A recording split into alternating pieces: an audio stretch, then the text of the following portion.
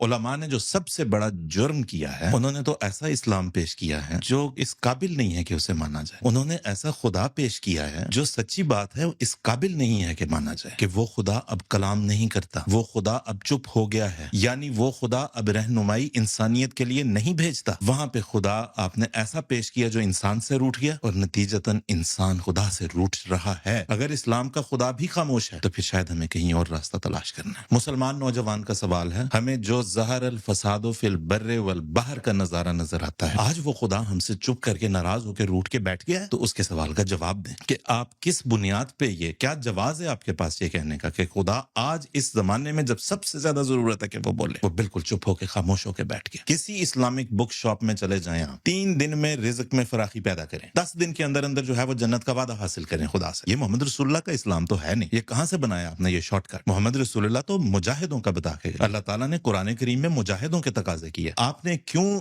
اپنے ماننے والوں کو، مسلمانوں کو، ان شارٹ کٹس کی راہوں پہ لگایا جن راہوں سے خدا نہیں ملا کرتا؟ فلسطین کا وہ بچہ افسر جس کا آپ ذکر کرتے ہیں، جو ہاتھ اٹھائے آسمان کی طرف چہرہ کیے اپنا، بل بلا کے دعا مانگ رہا ہے، اس بچے کی وہ ویڈیو جو ہم سب کو خون کے آنسو رلا دیتی ہے، اس بچے کا وہ دکھ، اس کا ذمہ دار کون ہے؟ آج تو بڑا آسان ہو گیا نا، ہر بات کے اوپر یہ امریکہ نے کروایا، یہ فلاں چیز امریکہ نے کروائی، اور ہم مدد مانگنے کے لیے امریکہ کے پاس جاتے ہیں. اے امریکہ تو ہمارا یہ والا مسئلہ حل کر دے، ہم بالکل خاموش ہو کے بیٹھ جائیں. اے امریکہ تو اس چیز میں ہماری مدد کر، ہم ہمیشہ تیرے شکر گزار رہیں گے. ذرا سوچیں لمحے بھر کو، کس کی عبادت کر رہے ہیں؟ ایاک نعبد و ایاک نستعین. کس کے ساتھ آپ زبانی بتاتے ہیں کہ ہم اسی کی عبادت کرتے ہیں اور اسی سے مدد مانگتے ہیں، حقیقت میں آپ کس کے پاس جا رہے ہیں؟ بسم اللہ الرحمن الرحیم. آصف صاحب السلام علیکم ورحمۃ اللہ وبرکاتہ. وعلیکم السلام ورحمۃ اللہ وبرکاتہ. کچھ عرصہ پہلے ہم نے ہستی باری تعالیٰ پہ ایک چھوٹی سی پوڈ کاسٹ کی، اور اس کے بعد اس پہ کچھ سوالات آئے، کچھ کامنٹس آئے، تو خیال پیدا ہوا کہ ایک اور دفعہ بیٹھ جائیں. اب اس دوسری جو پوڈ کاسٹ تھی اس میں پھر ایک سوال پیدا ہوا، اور اس کی وجہ سے ہم آج یہاں بیٹھے ہیں کہ مذہب جو ہے اس کو ماننے والے جو ہیں وہ کہیں دہریت کی طرف زیادہ مائل تو نہیں ہو رہے، یا اس کی وجہ مذہب تو نہیں بن رہا. ہمیں نظر یہ آتا ہے کہ جب اللہ تعالیٰ کی انبیاء کی بعثت ہوئی تو ہمیں نظر آتا ہے کہ اس وقت جو ان انبیاء کے ماننے والے تھے ان کو خدا تعالیٰ کی جو ذات ہے اس پر اس قدر یقین تھا، اور وہ اپنی آنکھوں سے ایک کنوکشن کے ساتھ گویا کہ خدا تعالیٰ کو تجربہ کر رہے ہیں. بعض نسلوں میں سے بعض لوگ، یا پھر انہی کے جو ماننے والے لوگ ہیں، پھر وہ نظر آتا ہے کہ کچھ عرصے کے بعد وہ اسی خدا تعالیٰ پر سوال اٹھانے لگتے ہیں. اگر بزبان قال نہ بھی کریں تو بزبان حال سے ہی، جی، اور اس کا انکار کرنے لگتے ہیں. تو کیا وجہ ہے کہ کوئن کی ایک سائیڈ ہے، جیسے عرض کیا، اس قدر خدا پہ یقین، اور دوسری سائیڈ ہے کہ بالکل خدا سے انکار. جی. ہاں صاحب، اس میں دیکھیں جس طرح بھی آپ نے نا اچھے خوبصورت طریقے سے پورے تاریخی لحاظ سے اس کا وہ پیش کیا، اور قرآن کریم بھی اسی طرح سے جو ہے وہ بتاتا ہے کہ تمہیں ہم نے ہدایت کے لیے، تمہاری ہدایت کے لیے ہم نے کتنے انبیاء بھیجے، اور وہ آتے رہے، اور پھر لوگ ان کا انکار بھی کرتے رہے، پھر لوگ انہیں مان بھی لیتے رہے، اور پھر اس کے بعد ان کی تعلیمات کو ترک بھی کر دیتے رہے. تو یہ ایک ایسی حقیقت ہے جسے خدا تعالیٰ خود بیان فرما رہا ہے کہ یہ ایسا ہوا بھی ہے، اور شاید ایک اس کے اندر اشارہ یہ بھی ہے کہ ایسا دوبارہ ہو بھی سکتا ہے، اور ہوا ہے. بڑی تکلیف دہ بات ہے. اور جو آپ نے آج کے گفتگو کا آپ نے تھیم بیان فرما دیا شروع میں، کہ مذہب کہیں ان لوگوں کو اسلام سے دور یا ایمان سے دور یا خدا سے دور دھکیلنے میں، دہریت کی طرف دھکیلنے میں کہیں خود کار فرما تو نہیں ہو چکا. اس پہ جب ہم گفتگو کریں گے تو ہم بڑے ہی دکھی دل کے ساتھ گفتگو کریں گے.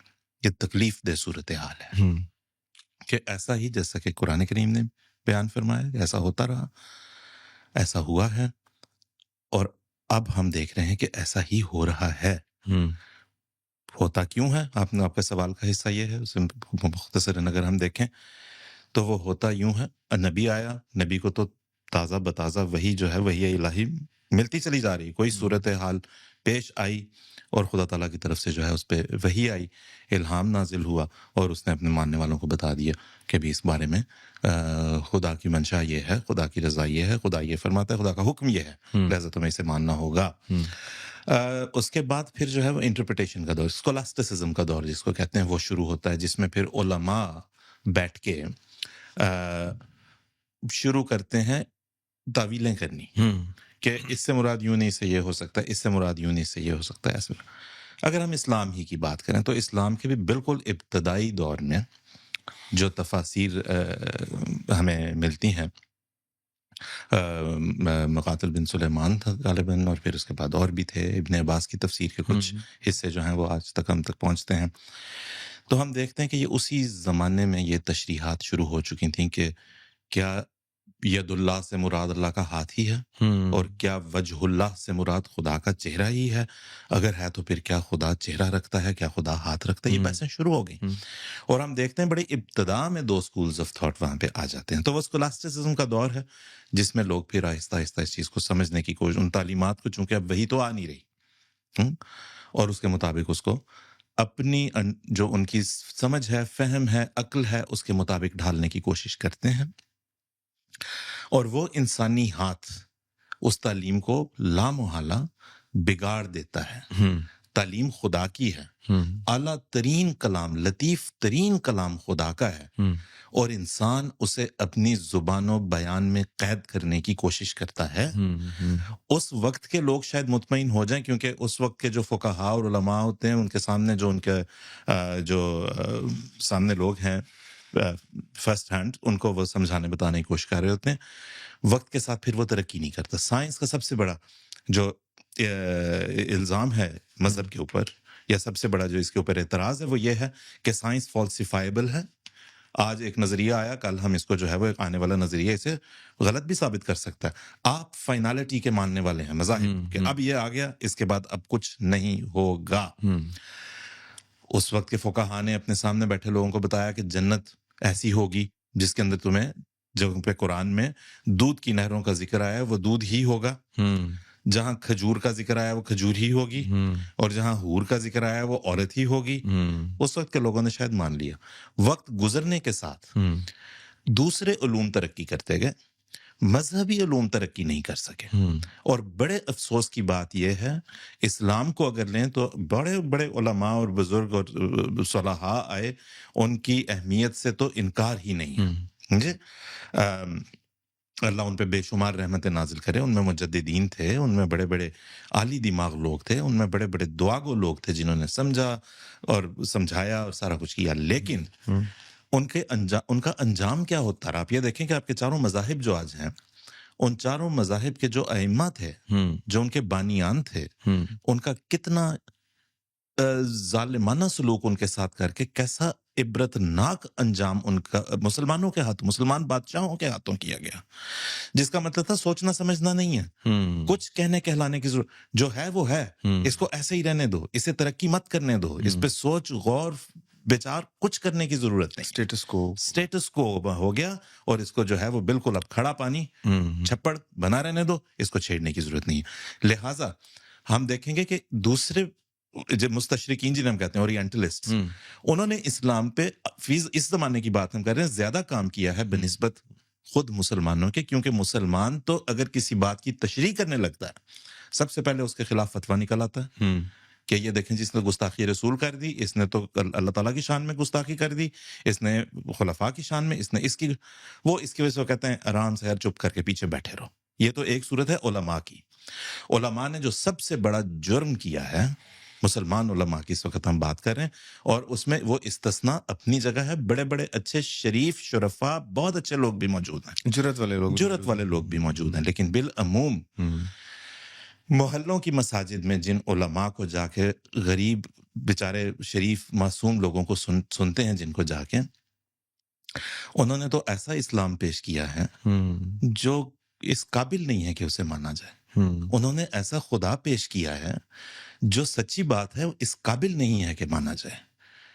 وہ خدا جس کے بارے میں ہم یہ کہتے ہیں کہ وہ انسان سے بہت محبت کرتا ہے، جب اس خدا کے بارے میں آپ نے اپنے لوگوں کو یہ بتا دیا، اپنے ماننے والے معصوم سادہ لوگوں کو، کہ وہ خدا اب کلام نہیں کرتا، وہ خدا اب چپ ہو گیا ہے، یعنی وہ خدا اب رہنمائی انسانیت کے لیے نہیں بھیجتا، یعنی اب اس خدا کو انسانیت کی کوئی پرواہ نہیں رہ گئی، اب کوئی آنے والا نہیں ہے، کہیں سے آسمانوں سے اب روشنی نہیں آئے گی، وہ خدا اب خاموش ہو گیا ہے، میوٹ ہو گیا ہے، وہ اب کبھی نہیں بولے گا. وہاں پہ خدا آپ نے ایسا پیش کیا جو انسان سے روٹھ گیا اور نتیجتاً انسان خدا سے روٹھ رہا ہے.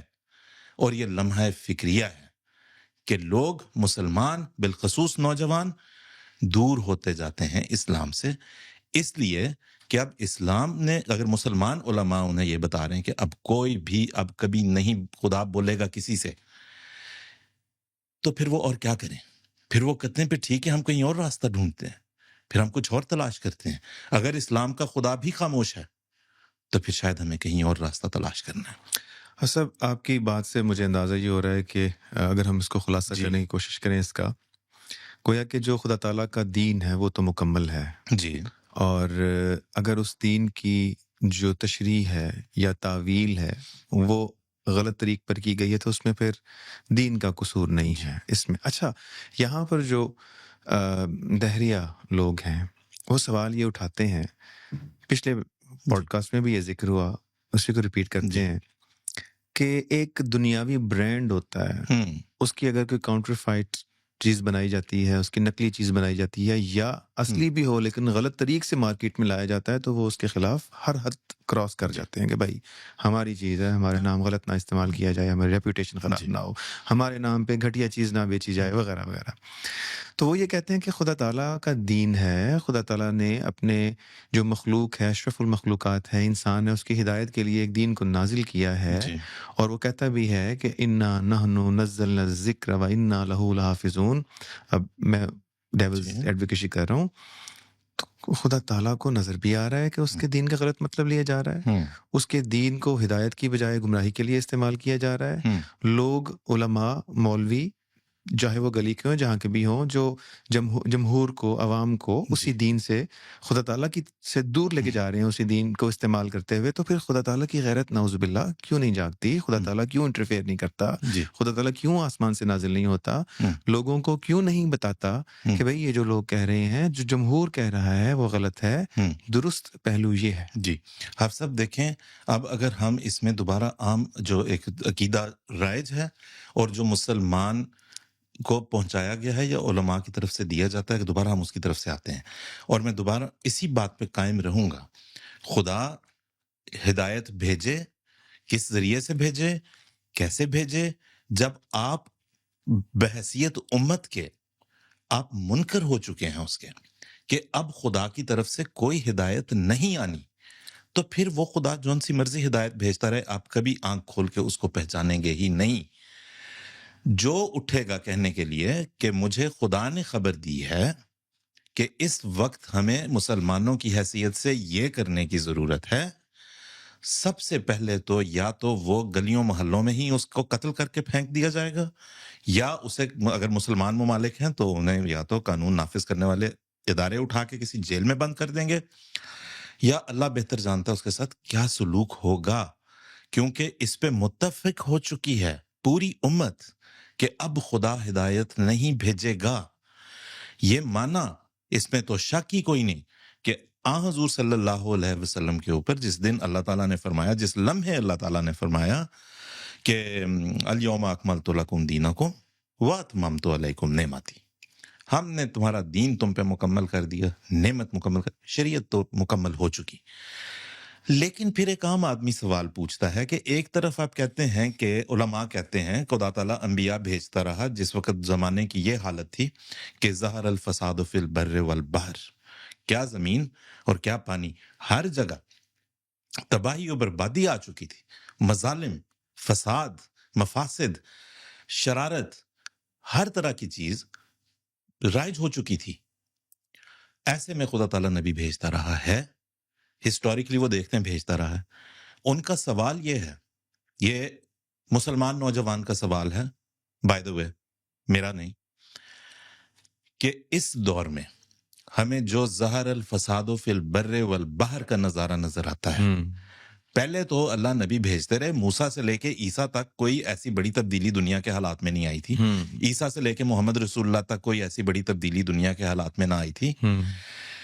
اس کے بعد سے جو ہے وہ ایک لمبا عرصہ تقریباً وہی حالات و واقعات رہے. لیکن جب دور جدید جہاں سے طلوع ہوا ہے، ماڈرنزم، ماڈرنٹی جب آئی ہے، آج سے 500 سال پیچھے چلے جائیں اگر، جہاں سے پہ آپ رفلی کہہ سکتے ہیں کہ بھی تقریباً یہاں سے جو ہے نا ماڈرن ورلڈ کی تشکیل یہاں سے شروع.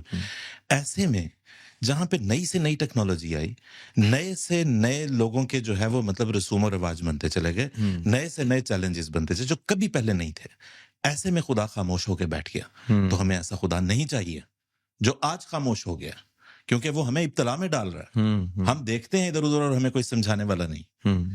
جو آیا جس نے آ کے یہ کہا کہ نہیں بھائی خدا آج بھی بولتا ہے، وہ خدا اب بھی بناتا ہے جسے چاہے کلیم. کس نے کہا میں حوالہ نہیں دوں گا، یہ جائیں جا کے احباب اور جا کے تلاشیں، گوگل کریں، ہر چیز کرتے ہیں نا. میں یہ والا دہی کھا لوں کہ نہ کھاؤں، اس نسل کی کھجور کہاں اگتی ہے، ہر چیز تو ہم دیکھتے ہیں نا گوگل پہ. وہ خدا اب بھی بناتا ہے جسے چاہے کلیم. کریں گوگل جا کے اور ڈھونڈیں. جس نے کہا، آپ نے کہا یہ تو کافر ہے. جو ایسا آدمی اٹھا آپ نے اس کو کہا نہیں یہ تو کفر ہو گیا بھائی، ٹھیک ہے. اور ایک عالم نے نہیں جنا. مجھے حیرت اس بات پہ ہوتی ہے کہ میں یہ گلیوں محلوں اور تھڑوں کے مولویوں کی بات نہیں کر رہا، میں اچھے پڑھے لکھے سلجھے ہوئے علماء کی بات کر رہا ہوں. مجھے اجازت دیں میں اگر نام لوں تو غامدی سے بڑے بھلے آدمی ہیں، لیکن وہ تک جب یہ والی بات آتی ہے تو اس پہ کہہ دیتے ہیں کہ اب خدا کلام نہیں کرے گا، نہیں بولے گا، گویا اب رہنمائی خدا کی طرف سے نہیں آئے گی. ٹھیک ہے. اور دوسرے ہیں جنہیں میں سمجھتا ہوں اچھے بھلے لوگ ہیں، انہوں نے دہشت طارق جمیل ہیں اور دوسرے آپ کو ملیں گے، ان لوگوں نے کبھی وہ جو ہمارے مدنی پھولوں والے بابا جی ہیں، ان کا بھی دیکھیں آپ کو دہشت گردی کی تعلیم نہیں دیتے، بڑی اچھی بڑی مہذب شریفانہ بات چیت.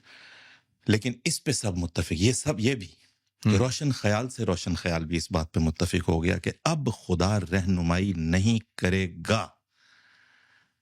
تو یہ احباب جن کا میں نے نام لیا ہے، یہ مجھے جواب نہ دیں، میں تو ایک مطلب ان کی نظر میں ایک حقیر آدمی ہوں، میں تو ان کی نظر میں غیر مسلم ہوں. نہیں دینا مجھے نہ دیں، اپنے نوجوان کو تو جا کے جواب دیں. آج جب سب سے زیادہ ضرورت تھی کہ خدا انسان سے کی رہنمائی کرتا، آج وہ خدا ہم سے چپ کر کے ناراض ہو کے روٹھ کے بیٹھ گیا ہے، تو اس کے سوال کا جواب دیں. اور یہ سارا فتنہ دیکھیں، میں شروع کو بتاتا ہوں شروع کہاں سے ہوا. یہ جو بلاک لگا دیا کہ اب خدا نہیں بولے گا، یہ شروع ہوتا ہے سر علامہ محمد اقبال سے. یہ اگر ہم جدید اس کی بات کریں تھیولوجی کی، وہ کہیں سے اٹھا لائے نیچے کے یوبرمنش سپرمین کا تصور اٹھا لائے اور اسے چسپاں زبردستی کر دیا. مرد مومن کا انہوں نے اپنا پیرلل کریٹ کیا اور انہوں نے کہا کہ جی اب کسی نبی کی اس لیے ضرورت نہیں. بائی دا وے یہ سوجا ان کو آخری عمر میں آ کے ہے 34-35 میں، جس وقت وہ جماعت احمدیہ کی مخالفت پہ کمر بستہ ہو گئے تو اس وقت یہ سوجا. ورنہ اس سے پہلے جماعت احمدیہ کے بانی مرزا غلام احمد قادیانی صاحب کو وہ کہتے تھے یہ پروفاؤنڈسٹ تھیولوجین ہے. ٹھیک ہے جی، آف آر ٹائمز. الفضل میں ان کا کلام چھپتا رہا. ٹھیک ہے جی، مطلب باقاعدہ مجھے یاد ہے کہ کہیں لکھا ہوا ہے کہ ان سے درخواست کی گئی، بھجوایا سیرت الشیخ کلام. اچھا اب وہ کہتے ہیں کہ جی انسان اتنا ترقی کر جائے گا، انسان کا ذہن، مسلمان کا ذہن، مرد مومن، کوئی خدا کی ضرورت اسے کسی بھی رہنما اور ہادی کی ضرورت نہیں رہے گی. یہ علامہ کے لیکچرز آپ اٹھا کے دیکھ لیں، reconstruction of religious thought in Islam, کس وقت لکھے گئے ہیں، کس وقت انہوں نے بیان کیے ہیں جا کے. آج اب دیکھ لیں ہم تقریباً 100 سال ہونے کو آ چلے ہیں اس بات کو، علامہ کی وفات کو، ان لیکچرز کو، اس سے بھی تقریباً زیادہ. بالکل. مرد مومن کہاں سے کہاں پہنچ گیا. مرد مومن نے جو ان کا مرد مومن تھا جسے وہ گویا یہ بتا رہے تھے اب تمہارے لیے کوئی ہادی نہیں آئے گا، اس مرد مومن نے کون سی ذلت زمانے کی نہیں اٹھا لی، کون سی بدنامی امت کے لیے نہیں سہیڑ کے لے آیا اقبال کا مرد مومن، جسے اب کسی ہادی کی ضرورت نہیں ہے. تو مجھے نہ دیں جواب جناب، میں تو آپ ناپابند ہیں جو ہمارے علماء جن کے میں نے ابھی نام لیے ہیں وہ اور دوسرے کوئی بھی، لیکن آپ آئیں اور آ کے بتائیں اپنے نوجوانوں کو کہ آپ کس بنیاد پہ، یہ کیا جواز ہے آپ کے پاس یہ کہنے کا کہ خدا آج اس زمانے میں جب سب سے زیادہ ضرورت ہے کہ وہ بولے، وہ بالکل چپ ہو کے خاموش ہو کے بیٹھ گیا. ہم کعبے کے غلافوں سے لٹکتے ہیں اور التجائیں کرتے ہیں کہ اے اللہ فلسطین کے مسلمانوں کو ان کے دکھوں اور غموں سے نجات دے. ان ملکوں کے لوگ، ساری دنیا کے مسلمانوں کے لوگ ان پر کعبے کے پردوں کو جا کے ان سے لپٹتے اور ان سے کھینچتے ہیں. وہ ممالک، تمام ممالک جن کے سربراہان خود مغرب کے ساتھ ساز باز کر کے بیٹھے ہوئے ہیں، کیا قصور ہے ان غریب بیچاروں کا جو وہاں جا کے کعبے کی دیواروں سے لپٹ رہے ہیں، رو رہے ہیں جا کے. جبکہ آپ خود خدا سے جو ائمہ ہیں، کیونکہ ان کا قصور نہیں ہے بیچاروں کا، جو ائمہ ہیں ان کے، جو لیڈرز ہیں ان کے، وہ تو خدا کو چھوڑ کے کسی اور کے ساتھ جو ہے وہ اپنے مراسم اور بڑھا کے اور بنا کے بیٹھے ہیں اور پینگیں بڑھا کے بیٹھے ہیں ان طاقتوں کے ساتھ جن کی وجہ سے فلسطین کے اوپر مظالم ٹوٹتے ہیں. تو جناب ان لوگوں کو کہاں بھیڑ بکریوں کی طرح کس چیز کے پیچھے لگایا ہوا ہے؟ ان کو اس خدا سے متعارف کرائیں جو بولتا ہے، جو بولے گا، اور ان کی ڈھارس بندھائیں، بجائے اس کے کہ انہیں بالکل نا امیدیوں میں چھوڑ کے انہیں دہریت کی طرف دھکیل دیں. ہاں صاحب، ابھی آپ نے ذکر کیا کعبے کی غلافوں سے لپٹنے کا. دہریے یہ بھی کہتے ہیں، بلکہ بعض لوگ جو کسی زمانے میں بڑے کہتے ہیں کہ ہم جی 5 وقت کے نمازی تھے، تلاوت کیا کرتے تھے، لیکن ہماری دعا قبول نہیں ہوتی تھی. پھر وہ کہتے ہیں کہ دیکھیں جی فلسطین کے جو بچے ہیں وہ کیسے رو رو کے ویڈیوز ہیں، اللہ تعالیٰ کو پکار رہے ہیں مدد کے لیے، نہیں سنی جا رہی. جی آپ نے ذکر کیا کعبے کے غلاف ہیں، ان کو پکڑ کے دعائیں کی جاتی ہیں، نہیں سنی جا رہی.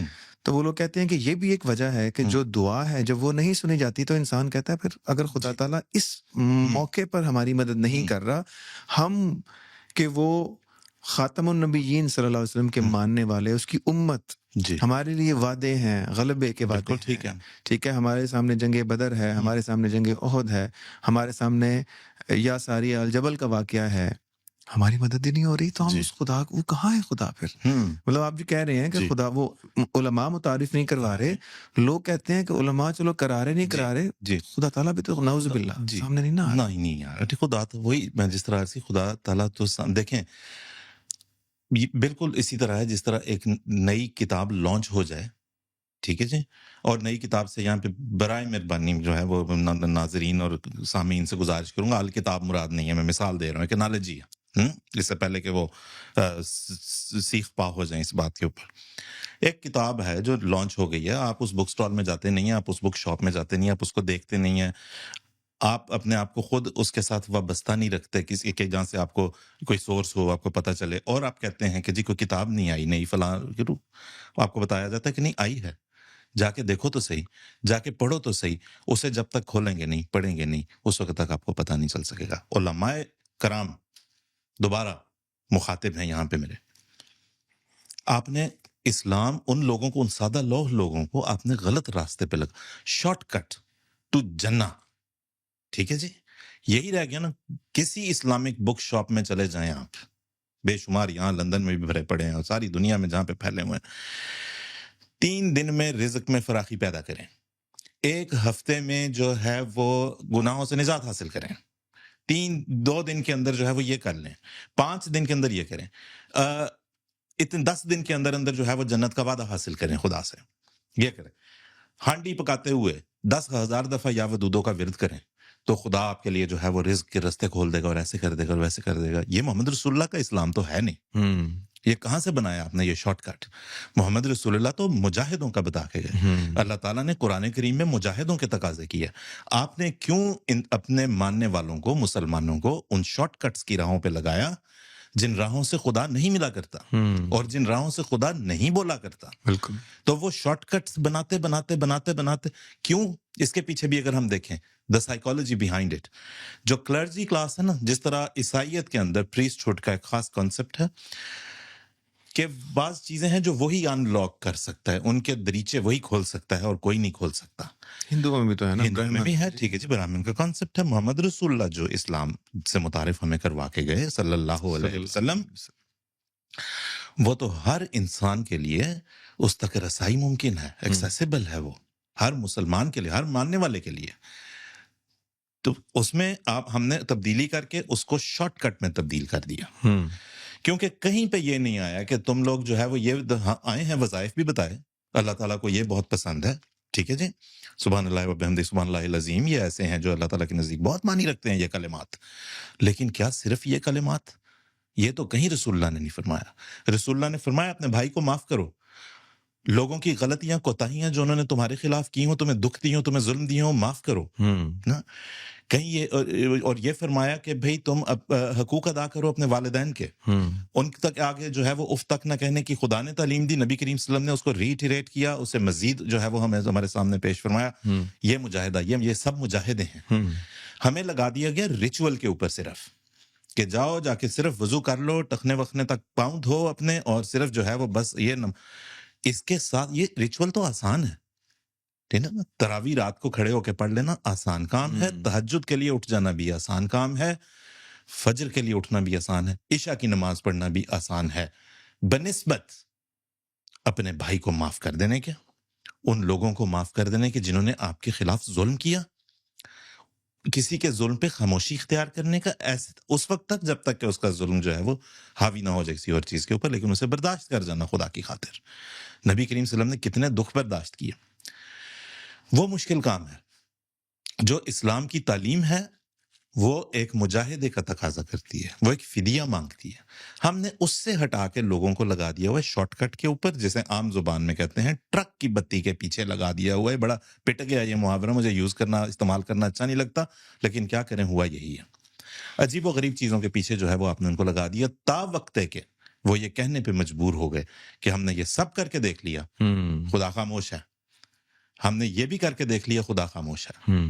اور ہم اور یہ آج کی بات نہیں ہے، یہ جس وقت اب یہ دیکھیں نا، سلطنت عثمانیہ کے زمانے تک میں ایسے علماء ملتے ہیں جو لوگوں کو اکساتے تھے کہ دیکھو قرض لو اور حج پہ چلے جاؤ، کیونکہ وہاں ان کے بزنسز تھے، وہ وہاں پہ ان کے لیے ہوٹل میں رہنا کرنا، تو ان کے ایجنٹس ہندوستان میں یہ کہتے پھرتے تھے، آج بھی کہتے پھرتے ہیں، کریڈٹ کارڈ پہ جاؤ، جا کے عمرہ کر رہو، جا کے حج کر رہو، قرض لے لو، یہ کر لو، وہ کر لو، نہیں قرض بھائی، پہ تو حج ہی نہیں قرض پہ تو حج ہوتا ہی نہیں۔ آتے نہیں۔ تو آپ صرف ان کو اس ریچول کے پاس لے کے جانے کے لیے، ٹھیک ہے، جس کے پیچھے آپ کے کمرشل انٹرسٹ ہیں، آپ وہاں لے تو جاتے ہیں، اس مقدس کیوبوئڈ کے پاس جس کا نام خانہ کعبہ المشرفہ ہے، لیکن وہاں سے جب وہ خالی ہاتھ لوٹتا ہے، کیونکہ آپ نے اس کو کوئی ٹونے ٹوٹ کے بتا کے بھیجے تھے، یہ کرنا یہ کرنا اور یہ کر لینا، اسے دلی اطمینان نہیں ملتا، کیونکہ باقی کا اسلام جو آپ نے اس کو دیا ہے وہ محمد رسول اللہ کا اسلام نہیں ہے، وہ آپ نے کچھ اپنا ہی کچھ اس کو بنا کے دے دیا ہوا ہے۔ لہٰذا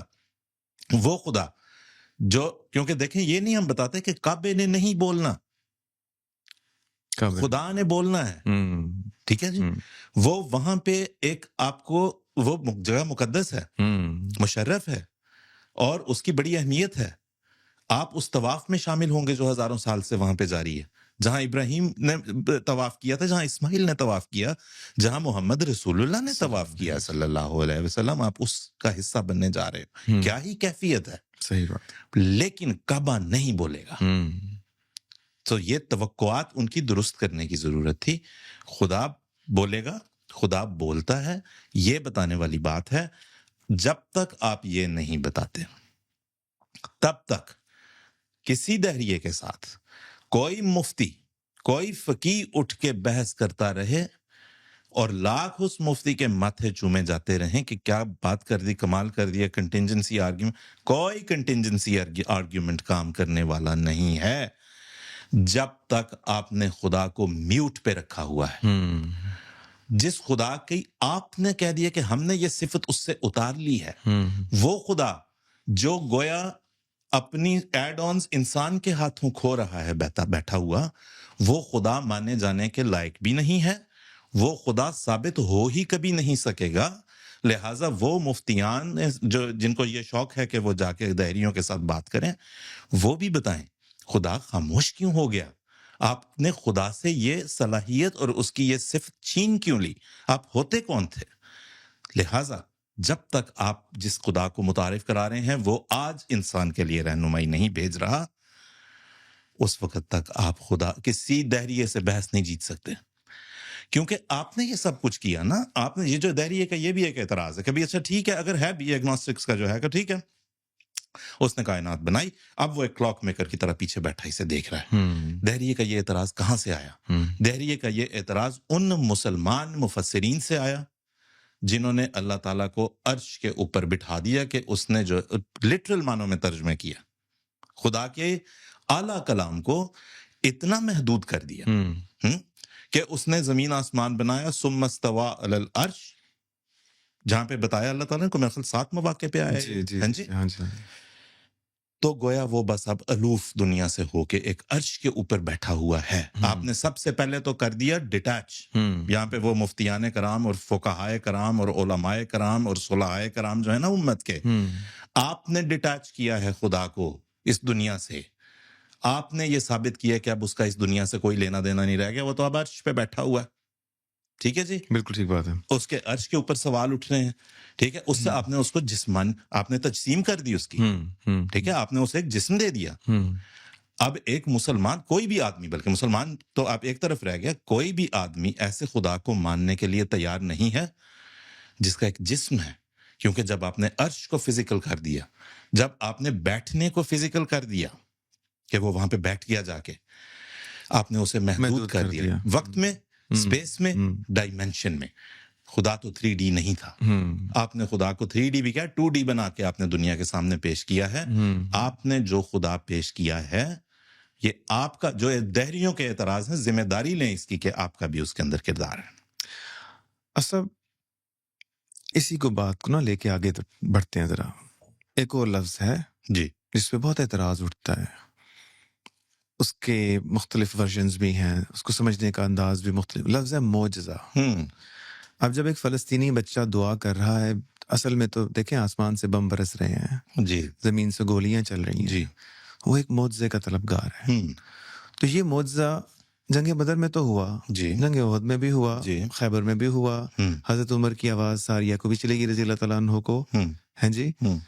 تو وہ کیا ہے کہ آج وہ معجزات رونما نہیں ہو رہے. اگر میں دعا کو بدل کے معجزہ کر دوں تو وہ یہ بھی تو دہریے کہتے ہیں نا کہ بھی آپ کے معجزے اس وقت ہوئے تھے, آج یہ کتابوں کی باتیں ہیں, اسی لیے چونکہ آج رونما نہیں ہو رہے تو بڑی معذرت کے ساتھ نقل کفر کفر نباشت. وہ کہتے ہیں وہ جو اس وقت کے معجزات ہیں نا جو کہ ہم نے خود نہیں دیکھے, وہ بھی کہانیاں ہی ہیں, وہی اساطیر الاولین ہی ہیں. وہ ایسے ہو گیا تھا, اصل میں ویسے ہو گیا تھا, وہ فلاں سے وہ میسج آ گیا تھا, نبی کریم صلی اللہ علیہ وسلم کو فلاں جگہ سے خبر پہنچ گئی تھی, تو جو صبح انہوں نے ذکر نعوذ باللہ کیا بیسیکلی ان کو پہلے ہی اطلاع تھی, وغیرہ وغیرہ وغیرہ. تو چونکہ آج معجزہ نہیں ہو رہا تو وہ کہتے ہیں اس وقت بھی معجزے نہیں ہوئے تھے. اس پہ کیا کہیں گے؟ جی ہاں سر, دیکھیں اس وقت جن معجزوں کی طرف آپ نے ابھی نشاندہی فرمائی ہے, بدر کی بات اگر ہم لیتے ہیں, بدر کی کے بارے میں کہتے ہیں کہ نبی کریم کو پہلے سے پتا تھا اس بات کا, اللہ تعالیٰ نے یہ بشارت دے دی ہوئی تھی کہ فتح تمہارے حصے کی ہے. لیکن پھر ہم یہ پڑھتے ہیں اور ان باتوں کو مانتے ہیں, سارے ہی مسلمان مانتے ہیں کہ بدر کے معرکے سے پہلے اس خیمے سے اٹھنے والی التجاؤں اور دعاؤں, درد بھری دعاؤں کی صدائیں جو باہر تک آئیں, وہ کیا تھیں؟ وعدہ تھا نا. بالکل. اور جب رسول اللہ باہر تشریف لائے تو آپ کی ریش مبارک آنسوؤں سے تر تھی ان دعاؤں اور التجاؤں کے نتیجے میں جو آپ نے اللہ کے حضور پیش کی. اور ہم سب اس بات کو مانتے ہیں کہ آپ نے گڑ گڑا کے خدا کے حضور یہ کہا کہ آج اگر یہ نہ رہے, وہ پاسبلٹی کیوں تھی اگر خبر مل چکی تھی, تو پھر تیرا نام لیوا اس دنیا میں کوئی نہیں رہے گا. یہ کیا وہ ایک بے نیاز خدا کے ماننے والے تھے. وہ ان کے پیچھے ایک قوم کھڑی تھی جنہیں وہ اس چیز کے ساتھ جو ہے وہ کاہل نہیں بنا سکتے تھے اور غافل نہیں بنا سکتے تھے کہ مجھے خبر آ گئی ہے لہٰذا بس اب ٹھیک ہے, سوئے رہو, جیسے مرضی کرو, فتح ہماری ہوگی. نہیں, عمل سعی کی تعلیم جو ہے وہ انہیں دی ہوئی تھی, انہیں اس پر آمادہ کیا, انہیں تلقین کی کہ ہم نے عمل کرنا ہے اور ہم نے جا کے ان کے ساتھ بھیڑ جانا ہے. اور پھر جو ہے وہ اس کے ساتھ ایسوسیٹڈ ہے اللہ تعالیٰ کی طرف سے ظاہر ہونے والی وہ مدد, وہ نصرت جسے آپ معجزہ کہہ لیں. ٹھیک ہے جی, جو نہیں مانتا وہ اسے اتفاق کہہ لے, یا کہے کہ جی کمال اسٹریٹجی تھی محمد صاحب کی صلی اللہ علیہ وسلم. ٹھیک ہے جی, وہ جیسے مرضی اس کو دیکھ لے. ایک بلیور جو ہے وہ اسے معجزہ ماننے والا, ایک مومن اسے معجزہ کہے گا. لیکن وہ دونوں چیزیں ساتھ جڑی ہوئی تھیں. جس وقت یہ والے معجزے مانگے گئے نا کہ بھگ کر کے جو ہے وہ کچھ ہمیں کبوتر بنا کے دکھا دو یا فوری طور پہ جو ہے وہ آسمانوں پہ, وہ اللہ تعالیٰ نے اپنا الخدا کی ذات کا وقار اور اپنے نبی کے وقار کو قائم رکھتے ہوئے فرمایا انہیں بتا دو کہ میں اس طرح کے جادو کر کے تمہیں نہیں دکھا. آسمان سے کتاب لے کے آؤ, خدا تعالیٰ قادر تھا, دے سکتا تھا, لیکن فرمایا کہ نہیں دی. ٹھیک ہے جی, فرمایا کہ وہ تیرے آسمان پہ جانے پہ بھی ایمان نہیں لائیں گے. جی, یہ صاف خدا تعالیٰ نے فرما دیا کہ نہیں بھی اس طرح کی شعبدہ بازی نہیں ہوگی. جو نہیں مانتے انہیں اپنی عقل استعمال کرنی پڑے گی اس تعلیم کو سمجھنے کے لیے. جو مانتے ہیں انہیں صحیح کرنی پڑے گی وہ معجزات دیکھنے کے لیے جو کہ خدا تعالیٰ نے جو ہے وہ رسول کریم کے ہاتھ پہ ظاہر فرمائے، اور جو ہے وہ اپنے تمام انبیاء کو جس طرح اس نے وہ معجزات دیے تھے وہ دی۔ آج ہم دوبارہ، پچھلی بار بھی ہم سب، اور اس سے پچھلی بار بھی آج تیسری نشست ہے، جب فلسطین کی بات ہوگی ہمارا دل اس دکھ سے بھرا ہوا ہے کہ فلسطینی مسلمانوں کے ساتھ بے انتہا ظلم ہو رہا ہے۔ تمام طاقتیں ان کے خلاف اکٹھی ہیں، مغربی طاقتیں جن کو ہم کہتے ہیں وہ اکٹھی ہیں، یکجاں ہیں، اس میں کوئی شک نہیں۔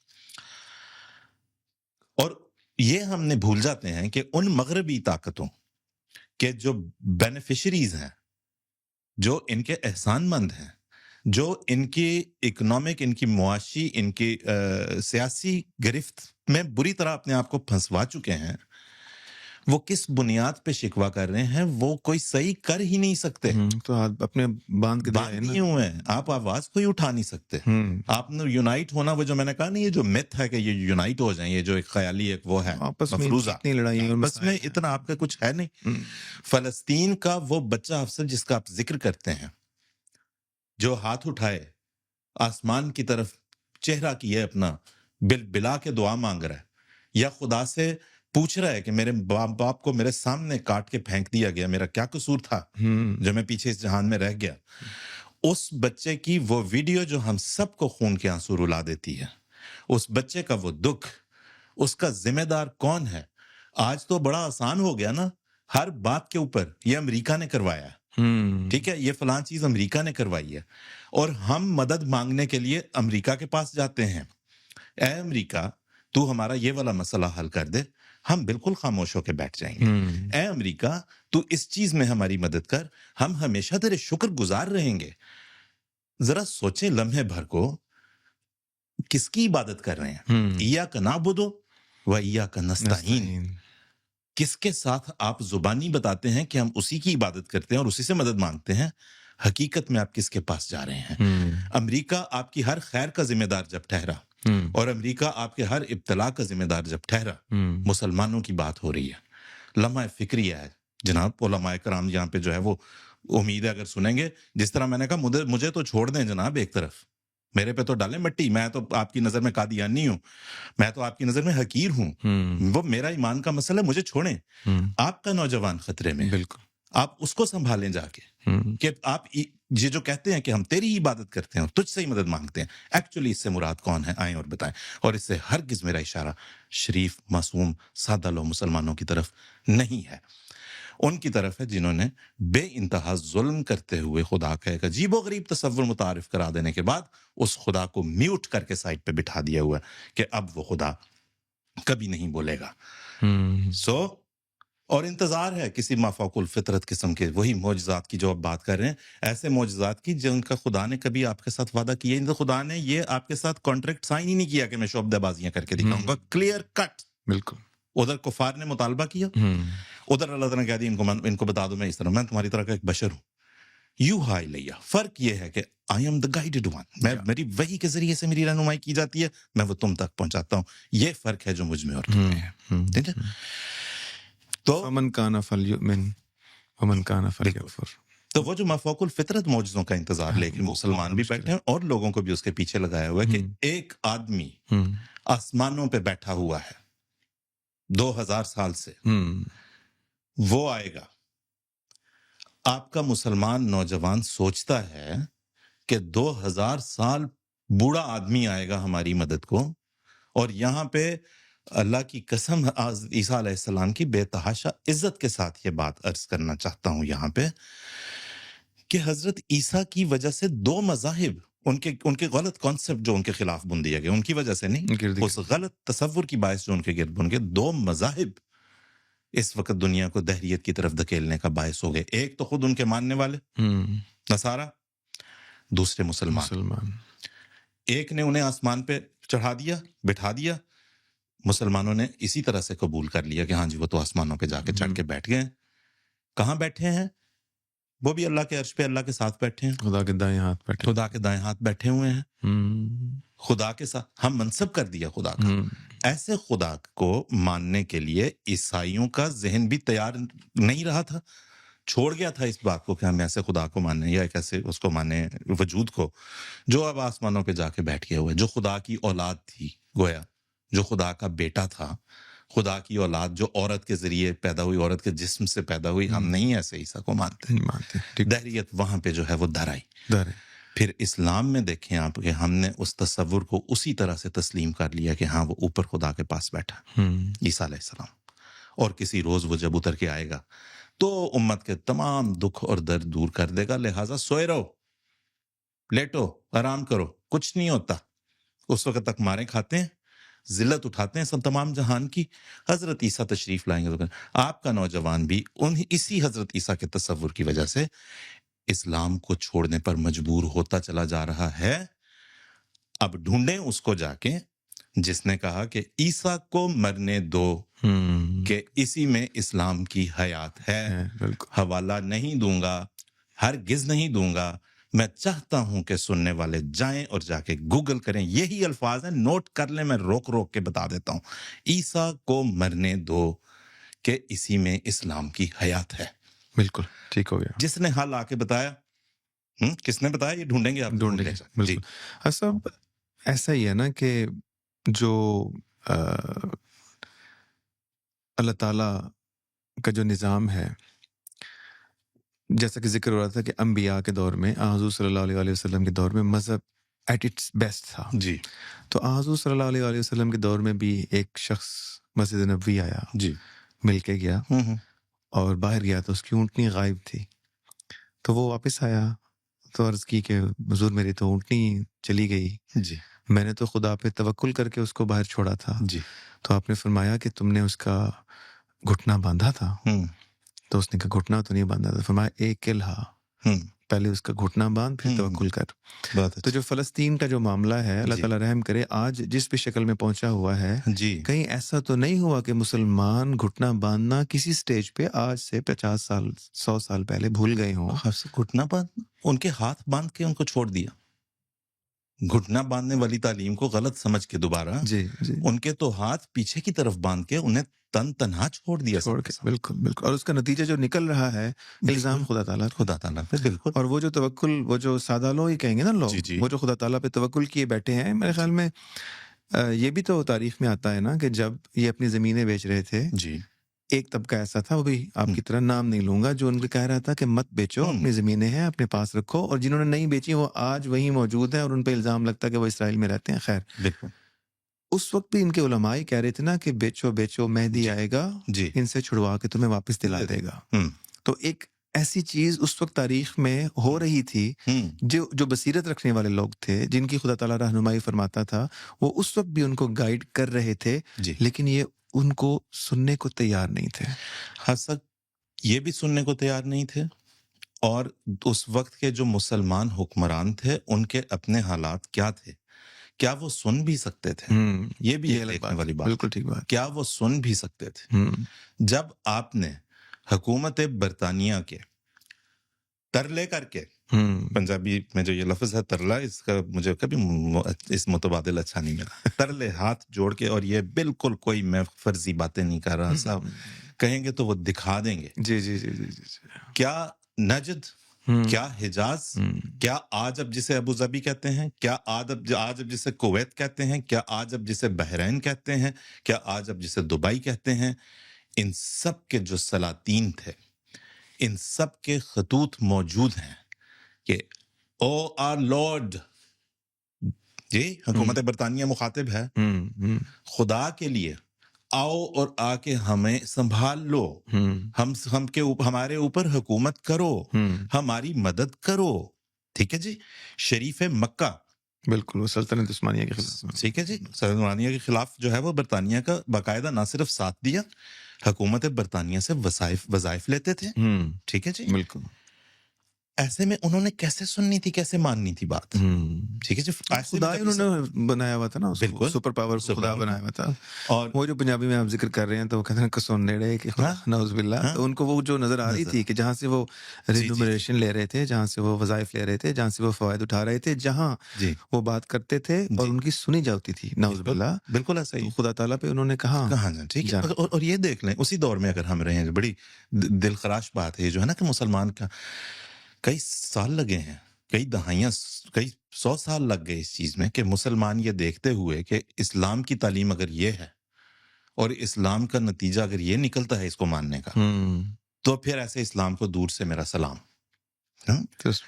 اسی دور میں اگر ہم واپس ہیں, شریف مکہ اور سلطنت عثمانیہ کا جو کمانڈر تھا, ایک نمائندہ تھا فخری پاشا, یہ جو لوگ ہوئے ہیں روبرو اور دو بدو ایک دوسرے کے ساتھ, ایک کعبے کے اس طرف, دوسرا کعبے کے اس طرف اپنی افواج لے کے, انہوں نے بمباریاں کی ہیں ایک دوسرے پہ, انہوں نے گولیاں چلائی ہیں ایک دوسرے پہ, وہ گولیاں کعبے کی دیواروں سے جا کے ٹکراتی ہیں, اور حرم ہے.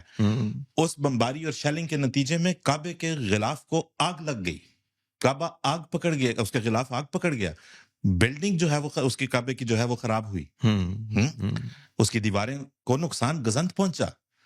مسلمان جو اپنے گھروں میں دبکا بیٹھا دیکھ رہا تھا, جن کے بیانات آج تک محفوظ ہیں کہ اس زمانے میں ہم نے کیا دیکھا اور کیسا خوف و ہراس طاری تھا, اور کعبہ مشرفہ کے ساتھ کیا سلوک کیا جا رہا تھا مسلمانوں کے ہاتھوں. وہاں پہ کعبہ خاموش تھا, وہ کعبہ جسے تقریباً خدا کا درجہ دے دیا گیا.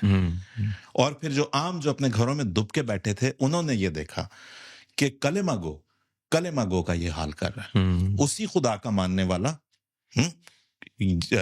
رب کعبہ, بالکل ان کا بھی ہے, ان کا بھی ہے, اور دونوں کے لیے وہ خاموش ہے اس وقت. اگر بالکل, تو پھر کیا ایسا اسلام ایسا دین مانے جانے کے لائق بھی ہے کہ نہیں؟ یہ ان کا سوال تھا نا. رہ گئی بات کلمہ گو پہ اوپر ظلم پہ, ہم یہ دیکھتے ہیں کہ جب مسلمان ممالک کے سربراہان اور ان کی ریاستیں مسلمانوں کو ہی اپنے ملک میں پناہ نہیں دے سکیں, اور وہ حکمران مسلمانوں کو, کلمہ گو مسلمانوں کو اپنے ملکوں میں اور اپنی سرزمینوں میں پناہ نہیں دے سکے, اور انہیں ہجرت کر جانی پڑی. واپس چلتے ہیں 1500 سال, نبی کریم صلی اللہ علیہ وسلم کے دور میں 2 ہجرتوں کا پتہ ملتا ہے, ایک تو حبشہ کی ہجرت, دوسری مدینہ کی طرف ہجرت. دونوں مواقع پہ کفار سے بچتے ہوئے اور ان کے مظالم سے بچنے کے لیے, اور اسلام کی جو نئی نئی شمع روشن ہوئی تھی اسے بچانے کے لیے ہجرت ہوئی ہے, کفار سے بچنے کے لیے. آج جس اسلامی ملک کے مسلمان حکمرانوں کے اور مسلمان حکومت کے ہوتے ہوئے کلمہ گو مسلمان کو اس ملک سے اپنے ایمان کو بچانے کے لیے ہجرت کرنی پڑ رہی ہے. یہ بڑا شوق ہے, فلانا کافر ہے, یہ کافر ہے, وہ کافر ہے. رکیں جی ایک منٹ, کلمہ گو کو نبی کریم صلی اللہ علیہ وسلم کے زمانے جب ہجرت کرنی پڑی ہے, وہ کفار سے بچنے کے لیے کرنی پڑی ہے. یہ فیصلہ آپ نہیں کریں گے کہ کافر کون ہے, یہ فیصلہ آپ کی قوم, آپ کے جو ملک کے رہنے والے ہیں, آپ کے ہم وطن ہیں, وہ فیصلہ کر چکے.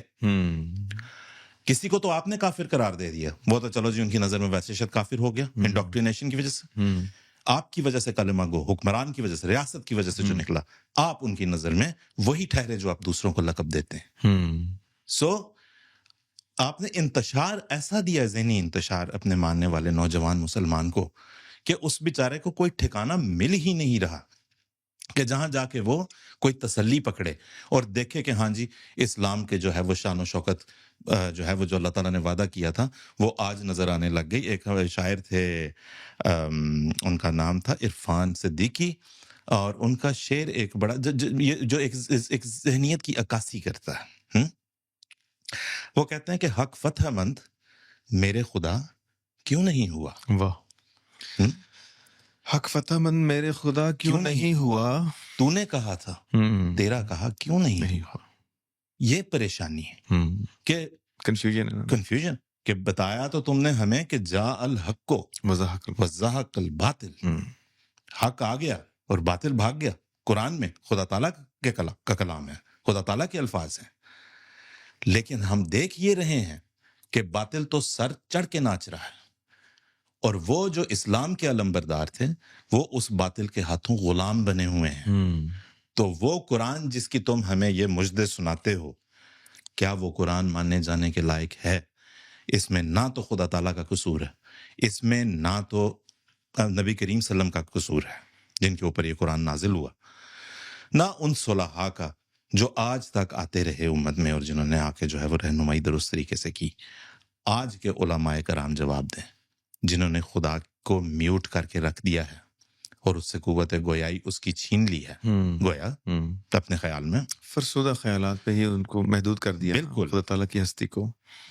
وہ اس چیز کا جواب دیں۔ ان کی جو نیگلیجنس ہے، ان کی بے پرواہیاں، ان کی گمراہیاں اور ان کی وہ گمراہیاں جو انہوں نے سادہ لو مسلمانوں کو دی کہ اب خدا کبھی نہیں بولے گا، اب بس اسی طرح بھگتو، سر نیچے کرو اور زمانے بھر کے جوتے کھاؤ۔ یہ سوال ان سے پوچھا جائے گا، پوچھتا ہے نوجوان آج کا، کہ کیا مطلب ہوا جا الحق و زہق الباطل کا۔ سب ہم دیکھتے ہیں کہ ہماری جو زندگی گزرتی ہے، انسان کی نیچر ہے کہ جیسے جیسے انسان ترقی کرتا ہے، انسان اپنے آپ کو اپ گریڈ کرتا ہے۔ آپ کمپیوٹر دیکھ لیں، آپ گاڑی دیکھ لیں، آپ گھڑی دیکھ لیں، آپ کوئی چیز دیکھ لیں، انسان اپ گریڈ کرتا ہے۔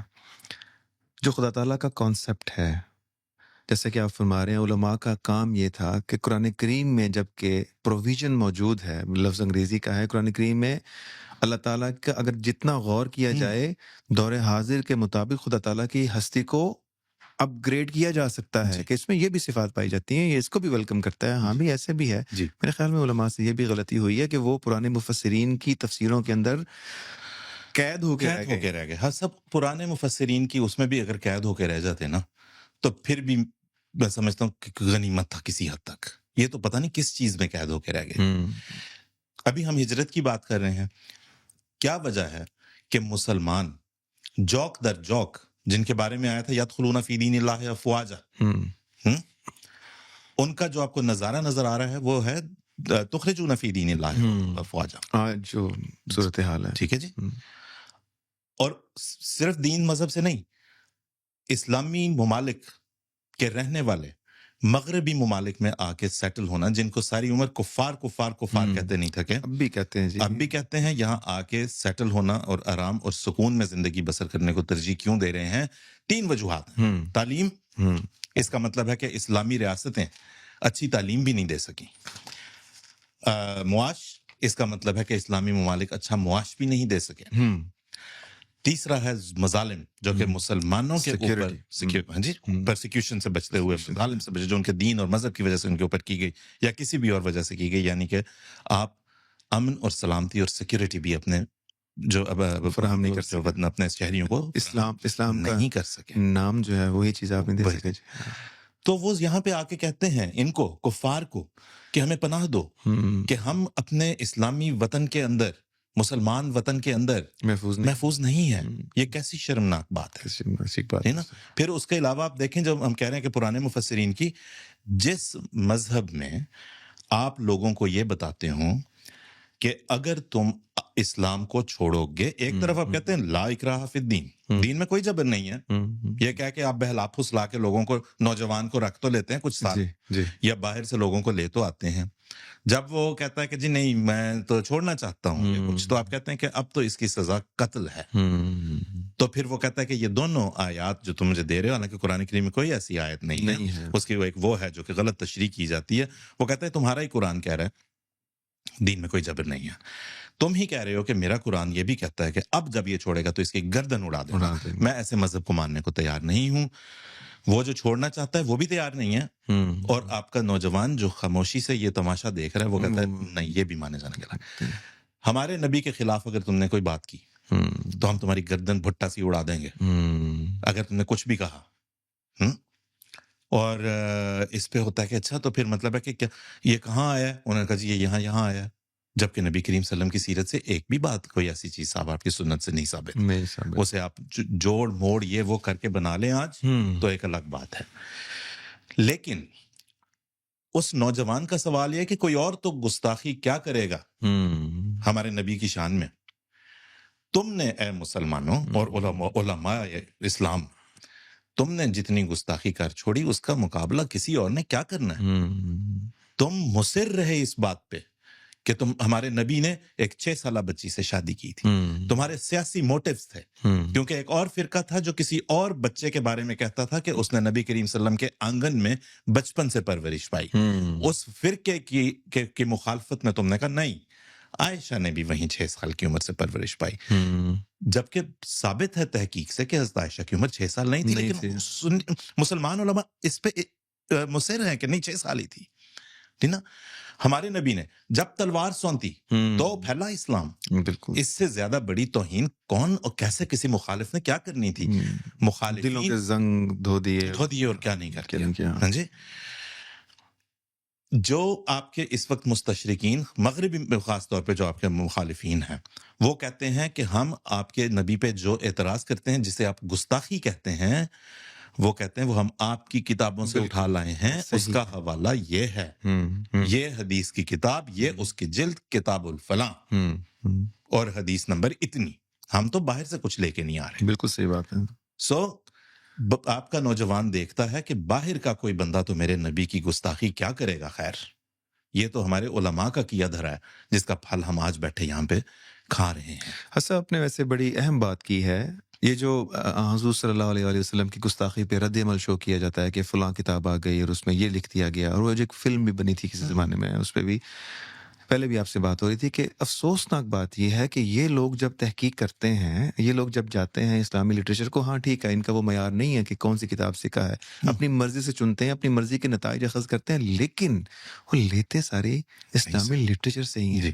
اور یہ اللہ رحم کرے ہمارے لٹریچر میں وہ ساری باتیں موجود ہیں جو اس فلم میں بھی دکھائی گئیں. بالکل حضرت عائشہ کے بارے میں دکھائی گئی ہیں، جو بھی دکھائی گئی ہیں، حضرت خدیجہ کے بارے میں نعوذ باللہ دکھائی گئی، وہ کسی نہ کسی طرح وہیں سے ماخوذ ہیں. حسن دیکھیں، یہ سب ہو رہا تھا. لٹریچر، اسلامی لٹریچر، احادیث کمپائل ہوتی چلی جا رہی تھیں، مختلف سیاسی خان وادے آتے تھے، ان کے اپنے انٹرسٹ ہوتے تھے، کچھ حدیث ایسے میں بھی مینوفیکچر ہوئی ہے. یہ سب مانتے ہیں اس بات سے، بالکل صحیح بات. ٹھیک ہے جی. یہ سب ہو گیا. جب یہ سب ہو گیا، اب میرا سوال یہ ہے، اور میں اپنی بات کو یہاں پہ ختم کروں گا، کہ جب یہ سب ہو گیا تو اب آپ نے ساتھ یہ کہہ دیا کہ کوئی یہ فیصلہ کرنے والا نہیں آئے گا جو آ کے بتائے کہ یہ درست اور یہ غیر درست ہے. کوئی حکم عدل اب نہیں آئے گا. کوئی حکم، کوئی عدل اب نہیں آئے گا جو آ کے یہ بتا، کیونکہ جس حکم عدل کا یہ انتظار ہوا، مسلم علماء انتظار کر رہے ہیں، اس نے تو آنا ہے تلوار لے کے، اس نے کہیں سے اترنا ہے، اس نے کہنا ہے کہ اسلام قبول کرنا ہے یا قتل ہونا ہے میرے ہاتھوں. یہ اسلام. آپ کا نوجوان تو ویسے ہی اس قسم کے خونی مہدی سے ڈر گیا ہوا کہ ایسا خوفناک آدمی یار جو تلوار سونت کے کسی پہ کہتا ہے. قرآن وہ کہتا ہے ایک طرف رکھو، مجھے بھی نہ بتاؤ قرآن کیا کہتا ہے، دل مانے یا نہ مانے، کہ لا اکراہ فی الدین وغیرہ اب چھوڑ دو، اب میں آگے ہوں، تو تم بتاؤ تم نے اسلام قبول کرنا ہے یا گردن اڑاؤں تمہاری. مطلب گویا کہ زندگی کا مقصد یہ ہے کہ صرف یہ ہے اسلام کو قبول کروانا ہے. بالکل. وہ آ کے اسلام کا غلبے کے لیے کیا کام کرے گا؟ عددی غلبہ صرف کرے گا. وہ آ کے لوگوں کو کہے گا کہ مان جاؤ، ورنہ اس کی تلوار سے سب ڈر جائیں گے اور کہیں گے اچھا جی ہم مسلمان ہوتے ہیں. یعنی مسلمان ہونے کے نتیجے میں ان کے کردار میں کوئی بہتری نہیں آئے گی کہ قیامت برپا ہو جائے گی. وہ جیسے تیسے خوف کے مارے لوگ مان لیں گے اور سور پھونک دیا جائے گا. ایسے مہدی وہ حکم عدل جب تک آ کے آپ کو یہ نہیں بتاتا. اور یہاں پہ بھی میں دوبارہ پوچھوں گا انہی علماء سے جن کے میں نے نام لیے اور جن کے نام نہیں بھی لیے، جس کسی کو بھی ہے وہ آئیں اور آ کے بتا دیں. سمپل سیدھا سا سوال ہے، اس میں کسی کو برا بھلا کہنے کی ضرورت نہیں ہے. آپ مجھے بتا دیں اس وقت جو بھی ہے. عام طور پہ لوگ بڑے ذاکر نائک صاحب کے مثلاً بڑے قائل ہیں کہ جی وہ بڑی مدلل اور ایسی آیات تو ان کی فنگر ٹپس پہ ان کو یاد ہیں اور سب کچھ ہیں اور اچھی بات کرتے ہیں. غامدی صاحب کے بڑے قائل ہیں لوگ. غامدی صاحب جتنے مرضی روشن خیال ہوں، مجھ سے صرف میرا سوال یہ ہوگا ان سے یا ایسے دوسرے جو اس وقت علماء ہیں کہ آپ کی بات بھی رائے سے زیادہ کا درجہ نہیں رکھتی. فلاں مکتب فکر کی سربراہ کی رائے بھی رائے سے زیادہ کا درجہ نہیں رکھتی. درست بات. اور فلاں کا بھی نہیں اور فلاں کا بھی نہیں. آراء کا ایک ایسا زبردست قسم کا وہ ڈھیر بن گیا ہے, انبار لگا ہوا ہے. انبار لگا ہوا ہے. عام مسلمان کنفیوزڈ ہے, اس کو نہیں پتا چل رہا کہ اچھا اس کی رائے درست ہے کہ اس کی ہے. خود انہی علماء جن کے میں نے نام لیے, انہوں نے کیمپ بڑی اس کے ساتھ تواتر کے ساتھ تبدیل کیے, کبھی وہ یہاں تھے, کبھی یہاں تھے, کبھی یہاں تھے. سو لہٰذا بتائیں کہ یہ اتنے سارے آراء کے پلندے کے اندر سے کیا اب کسی نے نہیں آنا تھا یہ بتانے کے لیے کہ یہ درست ہے اور یہ غلط ہے, اور یہ غیر درست ہے. فیصلہ جو ہے نا, فیصلہ کن وہ یہ ہے, اور اب اسے مان لو. کیونکہ رائے ایک آدمی نے اچھی, سر سید احمد خان نے تو کہہ دیا کہ عیسیٰ علیہ السلام وفات پا چکے ہیں. ٹھیک ہے جی, غامدی صاحب بھی عیسیٰ علیہ السلام کی وفات کے قائل ہیں.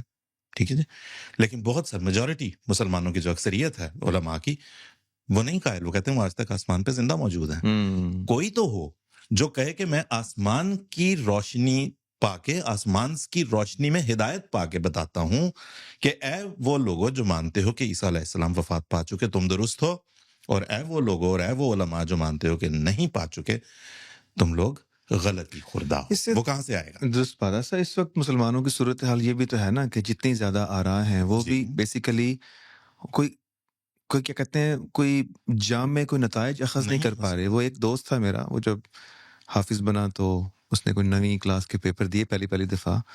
تو مجھے یاد ہے اس نے کیا کیا کہ آپ کو پتہ 10 سوال ہیں, اس میں سے 5 کرنے ہیں, ہر سوال کے 3 اجزاء ہیں.